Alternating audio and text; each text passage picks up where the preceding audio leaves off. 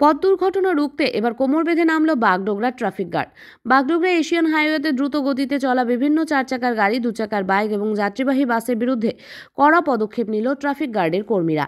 একাধিক যানবাহনকে দ্রুত গতির কারণে জরিমানা বাবদ চালান কাটা হয়েছে।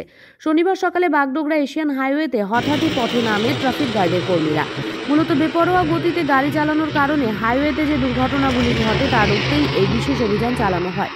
অভিযানে দেখা যায় বহু চার চাকার ব্যক্তিগত গাড়ি এবং পণ্যবাহী লরি নির্ধারিত গতির চেয়ে অনেক বেশি দ্রুত বেগে চলছে। পাশাপাশি দু চাকার বাইক চালক এবং যাত্রীবাহী বাসের চালকরাও অনেক ক্ষেত্রে গতির নিয়ম মানছেন না। ট্রাফিক কর্মীরা গতি মাপার যন্ত্র ব্যবহার করে দ্রুত গতির যানবাহনগুলিকে থামান এবং মোটর ভেহিকলস অ্যাক্ট অনুযায়ী জরিমানা বাবদ চালান কাটেন।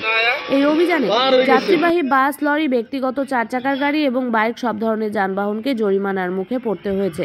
ট্রাফিক গার্ডের পক্ষ থেকে জানানো হয়েছে, এলাকার মানুষের নিরাপত্তা সুনিশ্চিত করতে এবং পথ দুর্ঘটনা এড়াতে এই ধরনের অভিযান অব্যাহত থাকবে। চালকদের গতি নিয়ন্ত্রণ ও ট্রাফিক আইন মেনে চলার বার্তা দিতেই এই কড়া পদক্ষেপ নেওয়া হয়েছে।